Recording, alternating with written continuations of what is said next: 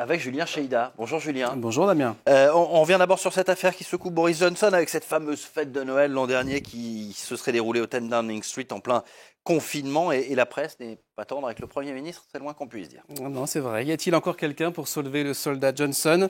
On peut se poser la question quand on regarde les unes de la presse britannique. Entre colère et consternation, elles sont toutes unanimes et c'est assez rare pour être souligné. Je vous en ai sélectionné un petit florilège. En voici une avec le Daily Mail. Une règle pour eux, de nouvelles règles pour les autres.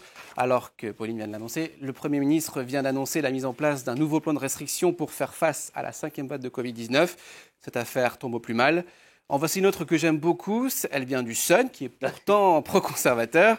Le Sun qui n'y va pas du tout avec le dos de la cuillère. Faites ce que je dis et surtout, pas ce que je fais, avec un Boris Johnson grimé en vert en épouvantail de Noël. En Grinch. En The Grinch, effectivement, je vois que vous connaissez un peu les références.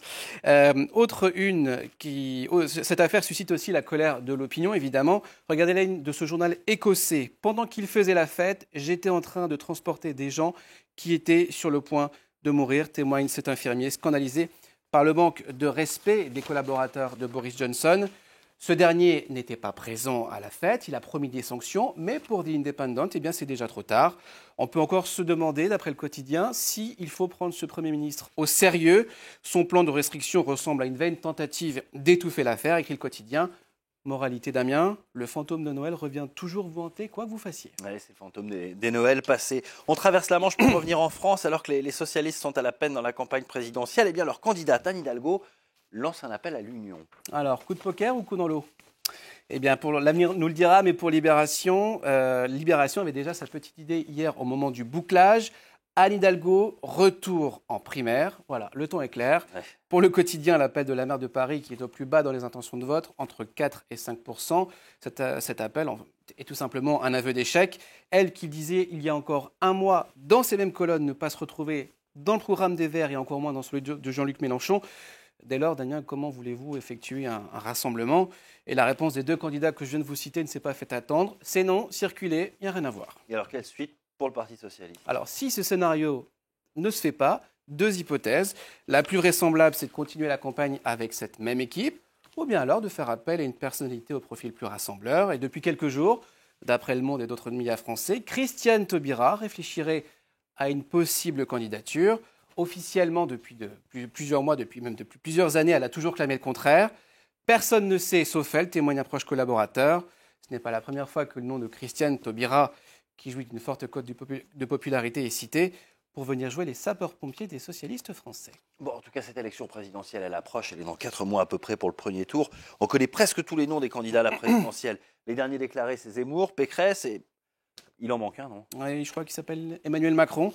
Le président sortant ne s'est pas encore déclaré, mais sa candidature ne devrait faire aucun doute d'après les observateurs. Officiellement, il donne aujourd'hui, vous l'avez encore répété, la priorité à l'Europe, avec une conférence de presse ce soir qui présentera les enjeux de la présidence française de l'Union européenne à partir du 1er janvier 2022. Reculer pour mieux sauter dans le grand bain, analyse le Figaro. Mais sauf que présider l'Europe et faire campagne, est-ce que c'est vraiment possible? Même pour le chantre du « en même temps », s'interroge le quotidien. Pour le Figaro, cette présidence française ressemblerait plus à un poison pour Emmanuel Macron.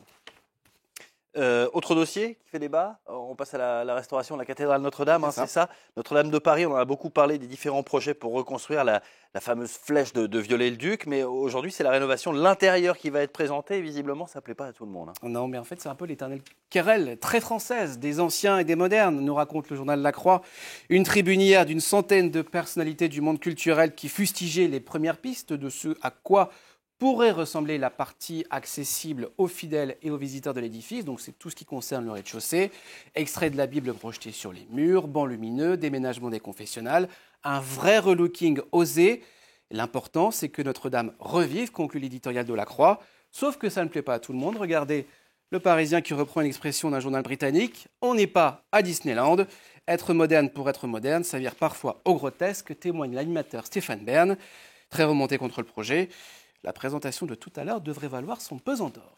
Avant de se quitter, on va revenir sur cet exploit français en football, en Ligue des Champions. Et pour une fois, pas un exploit qui concerne le PSG. Oui, un peu de changement, ça fait du bien. L'équipe de Lille s'est qualifiée hier soir aux dépens des Allemands de Wolfsburg pour les 16e de finale de la Ligue des Champions. Les nordistes qui terminent en tête de leur championnat, c'est à souligner.